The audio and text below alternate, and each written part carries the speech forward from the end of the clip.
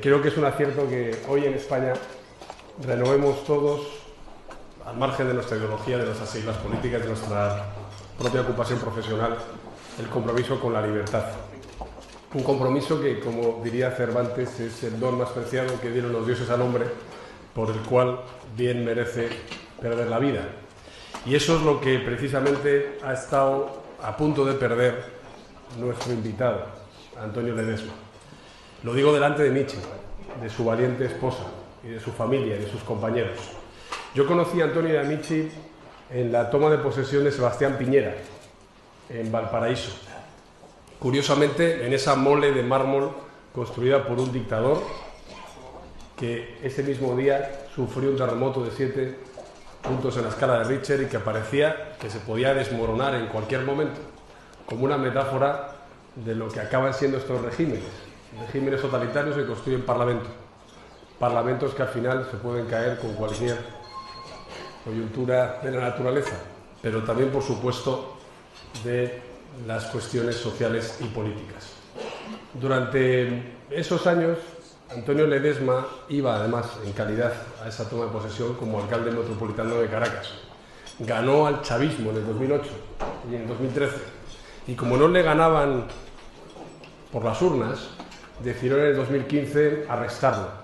desposeerlo de lo que las urnas le habían dado. Lo mismo que actualmente están haciendo con un parlamento democrático como la Asamblea Nacional. Antonio estuvo arrestado, hizo incluso una huelga de hambre y en cuanto tuvo oportunidad se tuvo que exiliar, como millones de venezolanos, para intentar no perder la vida, pero sobre todo para utilizarla en la causa de la libertad, convirtiéndose en un exiliado que defendía la causa de la democracia en Venezuela y además lo hacía con el reconocimiento de las más altas instancias internacionales. Por ello recibió el premio de las Cortes de Cádiz por la libertad y también recibió el premio Sájarov del Parlamento Europeo. Han pasado desde entonces 4 años. 4 años en los que Venezuela se ha seguido desangrando por la opresión, por la miseria, por la represión de un régimen dictatorial abominable e implacable.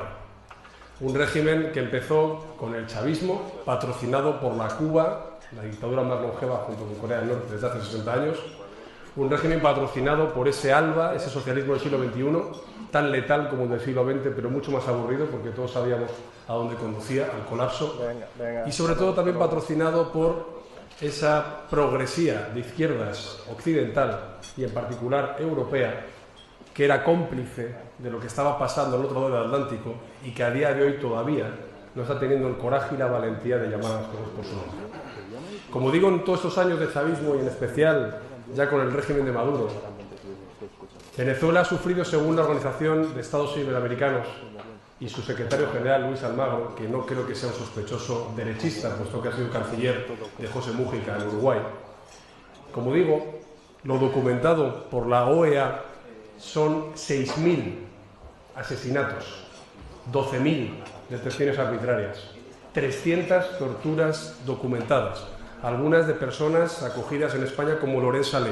2 años torturados tanto en el helicoide como en ese terrible edificio para tortura psicológica que creo que llaman, corrígeme Antonio, la tumba, nombre descriptivo. Se han documentado, actualmente existen 300 presos políticos, a los que algún expresidente español se niega a denominar como tal, incluso cuando un periodista se lo pregunta en 6 ocasiones reiteradas. Y sobre todo, hay millones de exiliados por una miseria insoportable en uno de los países con mayores recursos naturales del planeta y una de las naciones más ricas antes de que llegara el comunismo de Chávez, ya hace unos años.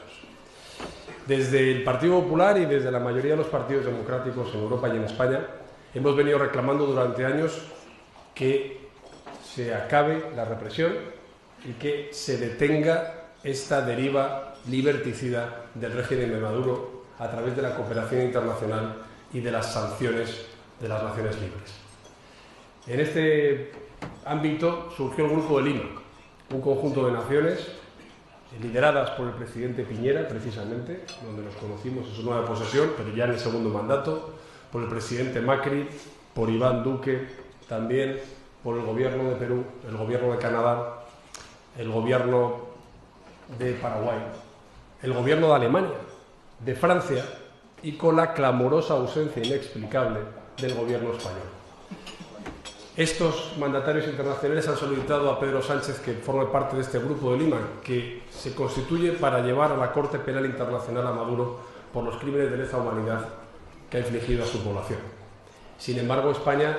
no ha estado en este grupo y, lo que es más grave,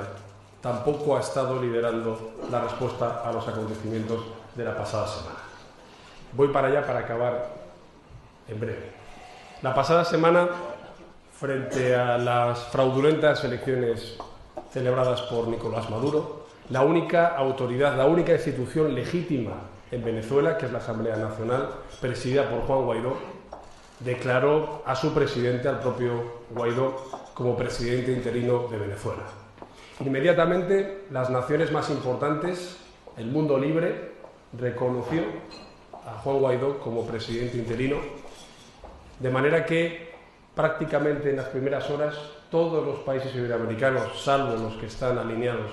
con Maduro, Estados Unidos, Canadá y los principales partidos en Europa,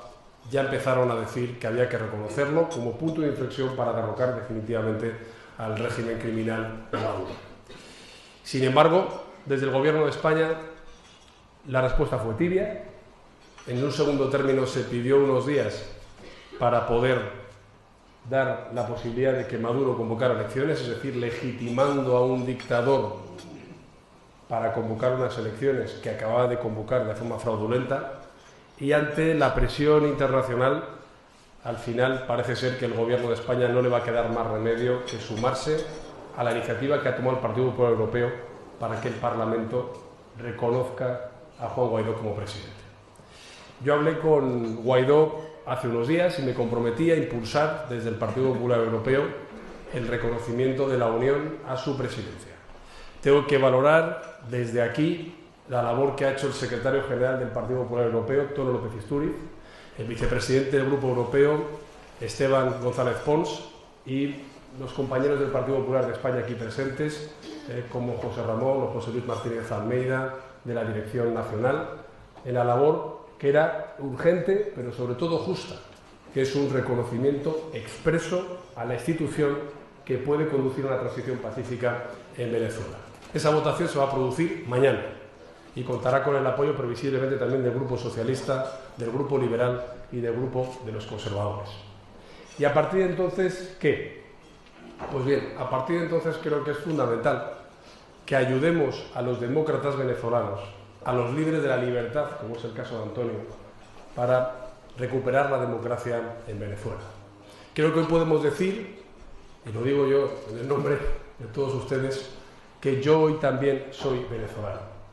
Hoy no podemos estar al margen de lo que está pasando en una querida República Iberoamericana hermana. Yo creo que no podemos olvidar lo que decía el constituyente en 1812, esa España de ambos hemisferios, en la que lo que pasa al otro lado del Atlántico también nos afecta a nosotros. Y sobre todo, no podemos estar al margen de la crueldad, de la tragedia, de la miseria, de la opresión que esté haciendo un régimen absolutamente corrupto y liberticida como el régimen venezolano. Y por tanto, además de apoyar el esfuerzo de los demócratas en Venezuela, tenemos que hacer nuestros deberes. Y yo lo que vengo solicitando, y ayer lo hice formalmente al Gobierno de España, es que se embarguen todos los bienes inmuebles de la cleptocracia venezolana en nuestro país, que se cierren todas las vías de financiación por comercio petrolífero o por comercio de este Estado ya absolutamente deslegitimado, y también que se levante el velo societario y las cuentas en países europeos de los gerifaltes militares o civiles de un régimen que ha basado precisamente el mantenimiento de la opresión en el robo de los recursos de los venezolanos para enriquecer a aquellos que la ejercían. Yo creo que este es el camino a seguir.